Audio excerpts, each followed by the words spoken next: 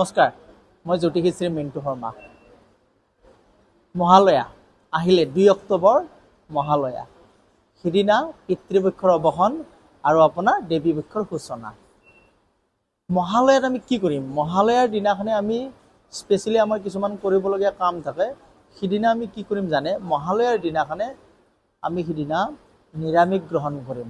আৰু যিসকল লোকে তৰ্পণ কৰিম বুলি ভাবি আছে পিতৃ মাতৃৰ কাৰণে, সিদিনাখনে আপোনালোকে ব্ৰহ্ম মুহূৰ্তত উঠি যিসকলে পাৰে গংগাৰ ঘাটলৈ যাব, যিসকলে পাৰে ব্ৰহ্মপুত্ৰৰ ঘাটলৈ যাব, আৰু যিসকলে যাব নোৱাৰে নিজৰ ঘৰত যদি পুখুৰী আছে তাতে হ'লেও তৰ্পণ কৰিব। আৰু যিসকলে একমাত্ৰ অত্যন্ত ব্যস্ততাৰ মাজত থাকে তেওঁসকলে নিজৰ বাথৰুমত এবাল্টি পানী ল'ব, তাতে অকণমান তিল দিব, দি কিনে হ'লেও আপোনালোকে গাটো ধুব। যিসকলকে তৰ্পণ কৰিব খুজিছে অৱশ্যে গংগাই যোৱাটো একদম অত্যন্ত প্ৰয়োজন। গতিকে সিদিনা আপোনালোকে এনেকৈ কৰিব। সিদিনা কি কৰিব? আমালোকৰ যিসকল লোকৰ পিতৃ মাতৃ মৃত বা সিদিনাখন তেওঁলোকৰ নামত তৰ্পণ কৰিব বিচাৰে, তেওঁলোকৰ নামত যাতে তেওঁলোকে ঘাটলৈ যায়, তেওঁলোকৰ নাম লৈ তৰ্পণ কৰে, তেওঁলোকৰ নামত উৎসৰ্গা কৰে, ফল মূল নৈবেদ্য হ'লেও যাতে তেওঁলোকৰ নামত উৎসৰ্গা কৰি দিয়ে। দিলে কি হয়, পূৰ্বপুৰুষৰ পৰা আমি যথেষ্ট উপকাৰ পাওঁ। পূৰ্বপুৰুষৰ পৰা আমি যিবিলাক আমাৰ জীৱনৰ নিগেটিভ, যেনেকুৱা পিতৃৰিষ্ট দোষ, গুৰুচণ্ডাল দোষ, এনেকুৱা দোষৰ পৰা আমি মুক্তি পাওঁ।